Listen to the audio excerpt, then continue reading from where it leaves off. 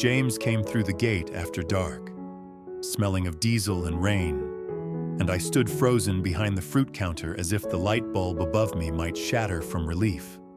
For 3 nights I had listened for his footsteps, pretending calm for customers, for Anna's brave face, for little Nee's sleepy whimpers. Now his shoulders sagged, his hair damp, his eyes too careful. He held a folder against his chest. Not flowers, not apologies, paper. Still, the sound of that latch clicking closed felt like a promise returning home. I swallowed, tasting salt, and let myself breathe again, slowly. In our kitchen, James spread the contract flat, smoothing it with the tenderness of a man handling something fragile and hard-won.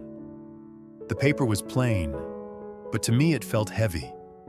The kind of weight you carried because tomorrow might finally be steadier than yesterday.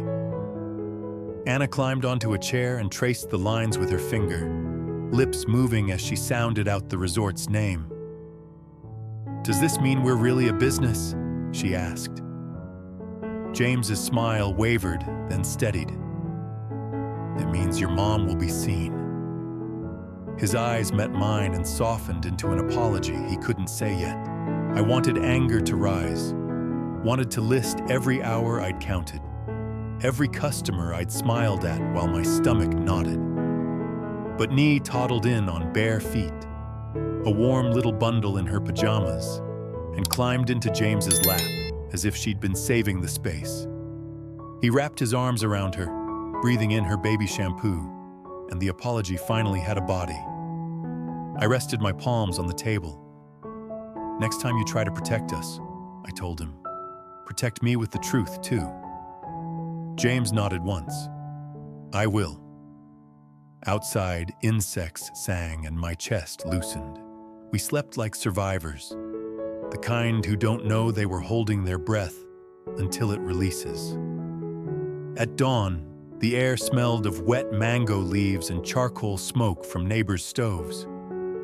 I tied my apron tight and stepped into the doorway of our small gate-front shop, watching the road as if it could bite. The resort wanted fruit baskets by noon.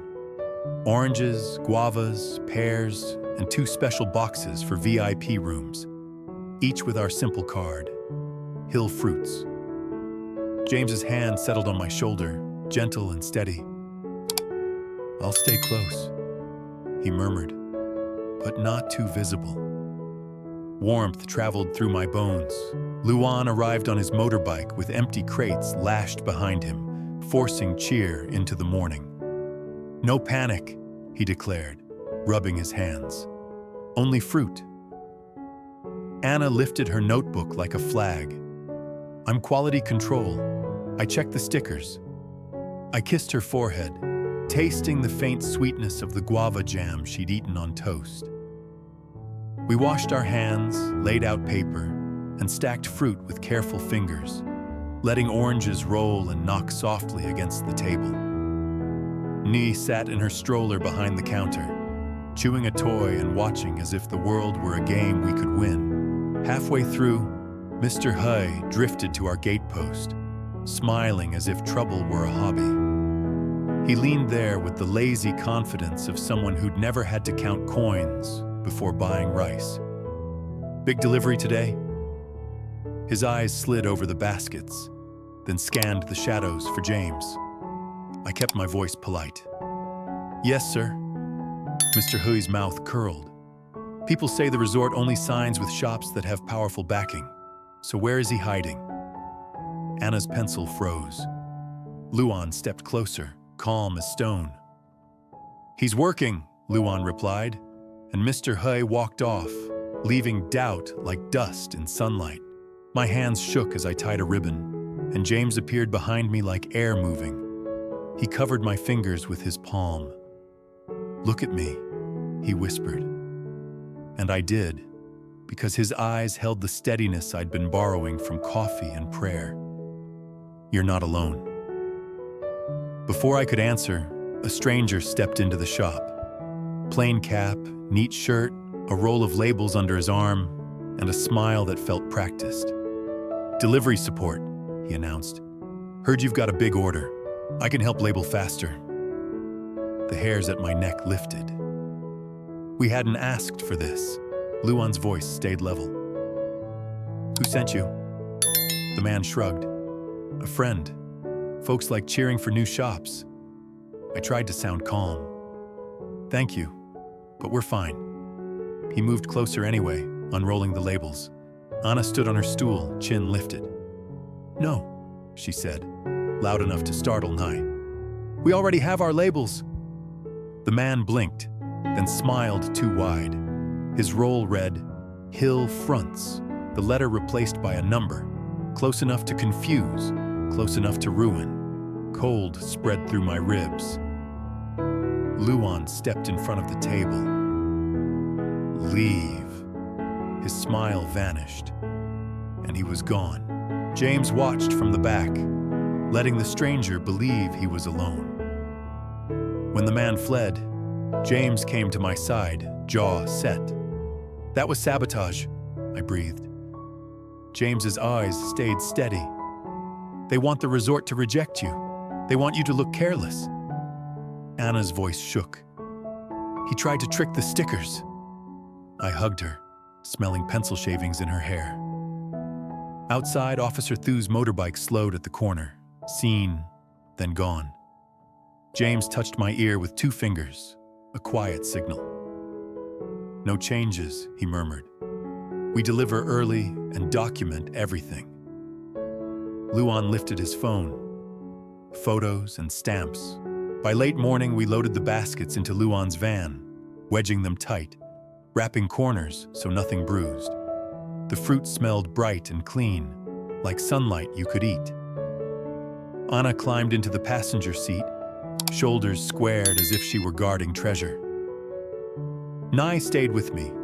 Delivery roads were no place for a toddler. Before the van pulled away, James bent to Anna's level. "If anything feels wrong," he told her, voice low, "tell Luan to stop. You don't stay polite for danger." Anna nodded, solemn as an oath. The van rattled off, and my heart went with it. The shop felt too quiet after they left. Fans clicked. Flies tapped the screen door. I rearranged bananas that didn't need moving, pretending my hands could calm my thoughts. An hour later, my phone rang. Luan's voice burst through, amazed. "We delivered. Ms. Trang checked every ribbon and label. She called your baskets luxury." My knees loosened. "They accepted?" "They accepted," he laughed. "And she asked for handwritten care cards next week. Little messages for guests. She says it feels personal." Then he added softer. Anna got praised. Tiny boss, she called her. I pictured Anna glowing, and tears stung again. When I hung up, James stood in the doorway, eyes shining as if he'd been holding his breath with me. "We did it," I whispered. "You did," he corrected, and I leaned into him, cheek against his shirt, smelling soap and sunlight. The shop light hummed overhead. Then his body went still. Across the road, a black SUV idled, dark windows fixed on our gate. It sat there, patient as a threat, pretending to be polite. James didn't stare back. He looked at me. "Inside," he said, gentle but firm, and I obeyed. Safety came first in our family now. When I came back to the counter, the SUV had vanished, but a plain envelope lay on the doorstep. No stamp, no address, just one word: Jack. My fingers went numb as I opened it. Inside was a faded photograph, a boy of 10 beside a tall man whose face turned away. The man's hand pressed the boy's shoulder like a claim. James inhaled hard, as if the air hurt. On the back, in tidy handwriting, a sentence waited. "You signed her future. Now sign yours." Beneath it sat a time and a place, an invitation, as paper, cruel as memory. James stared at the photo until his face went gray. I set it down and laced my fingers through his. "You don't go alone," I said. His gaze flicked to Anna's crooked drawings and to Nee's stroller, parked like a promise. "I won't." Then he told me the secret he'd carried like a stone. The man was his father, a gambler who believed a signature could own a life. Years ago, James refused to sign a loan and fled. He thought distance would protect us. "He found me anyway," James whispered. "He uses paper because it leaves no bruises." Today, the note named a tea stall outside town at 4. My mind tried to sow disasters from air. James pressed my hand to his chest. "I should have told you sooner. I thought silence was shielding you." "Silence is loneliness," I said, and his eyes flinched. Officer Thu came, helmet under his arm, smelling of leather. He read the note and nodded. "We don't ignore this," he said, "but we don't walk in blind. The plan was plain: meet in daylight, bring witnesses, keep phones recording. Luan would drive. Anna insisted on coming. I let her, because courage can protect too. All day I moved through the shop carefully, not letting fear splash onto the children. Customers came for papayas and gossip. I sold fruit and kept my answers small.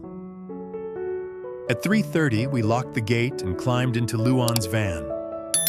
The road curled between rice fields, smelling of mud and cut grass, scooters buzzing like bees. Anna sat straight with her notebook, while Nai slept against my shoulder, thumb tucked in her mouth. James rode up front, quiet, eyes scanning mirrors. Every bump made my stomach lift. Yet once, without turning, he reached back and touched my knee. A promise. The tea stall sat beside the road, tin roof rattling in the breeze, kettle steaming on charcoal. Jasmine tea fought with exhaust. Officer Thu parked across the way, watching. James stepped out first, shoulders squared, and I followed with Nai on my hip and Anna close. A black SUV waited. From it emerged the man from the photograph. Older, hair slicked back, eyes hard. He looked at James the way a landlord looks at a door he once owned. "Son," he said, and the word felt like a hook. "You've been busy." His voice carried smoke and something rotten underneath. He nodded toward our van. "I saw your resort contract. Not bad for a boy who ran." James's voice stayed low. "Why are you here?" The man's smile showed teeth. "Because you owe me. You refused my loan, so I borrowed in your name. The paper is still alive." He slid an envelope across the table. A promissory note with James's name printed, unsigned. "Sign," he said, tapping the line. "Pay monthly, or your wife's shop will start making mistakes. Labels, deliveries, rumors, business is delicate." My skin prickled. Anna's hand slid into mine, trembling, steady. James studied the note, then met his father's eyes. "You forged my name." The man shrugged. "Names are tools." James placed his phone on the table, red light blinking. "This is extortion. Officer Thu is across the road, and this conversation is recorded." His voice was calm, and that calm scared me more than shouting. "You threaten my wife's shop. You threaten children. I won't pay you, and I won't hide." The man's gaze flicked to Anna, to Nai's face, and his certainty faltered. James slid the envelope back. "Walk away," he said, "or we walk you to court." Today, Officer Thu crossed the road and stood beside James. "Sir, if you have a claim, file it.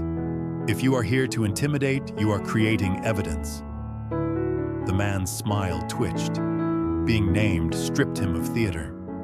He glanced at his SUV, then scraped his chair back. "You were always stubborn," he told James. James's face stayed still. "And good fathers don't need signatures." The man leaned close, voice like smoke. "Enjoy your new customers. Fame makes targets."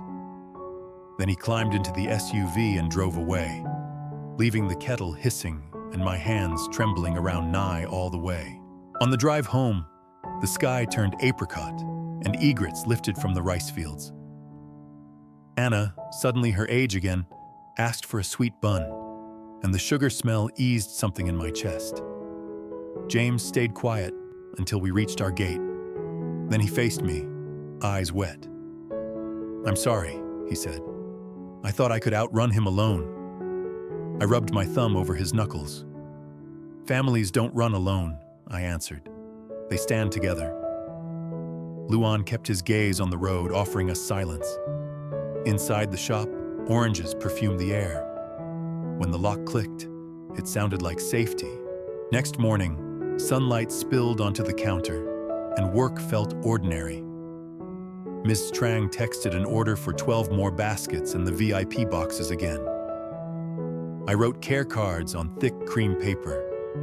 "Enjoy the sweetness of today." Anna copied my handwriting, tongue peeking out. Nye banged a spoon on the tile, conducting our orchestra.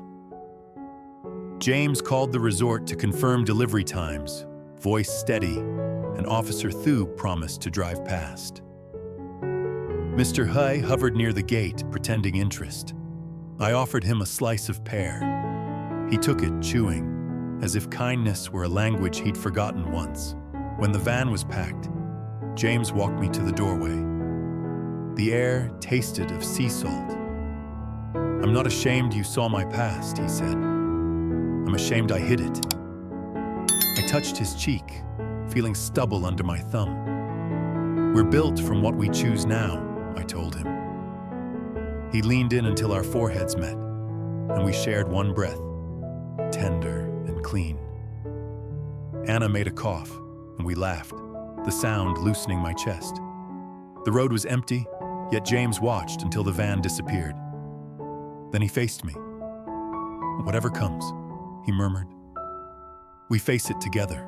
By noon, Luan texted a photo of our baskets lined in the resort lobby, shining under soft lights. Ms. Trang added, "Guests love the notes. Please prepare 20 next week." Relief washed through me. James didn't cheer. He simply fixed the gate latch and hung a small camera above the doorway. Officer Thu stopped by, accepted mandarins, and reminded us, bullies depend on secrecy. That evening, Anna read the resort's first review aloud. "Best welcome basket we've ever had." She looked up, cheeks pink. "Mom, they tasted our work."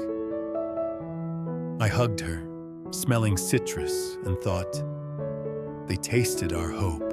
Over the next week, routine returned.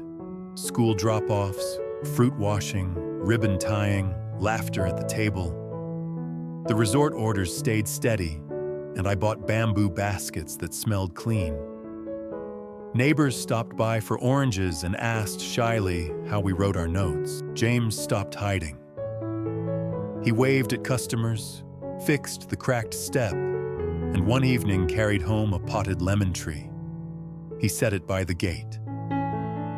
"For luck," he said, but his eyes meant roots. Anna watered it.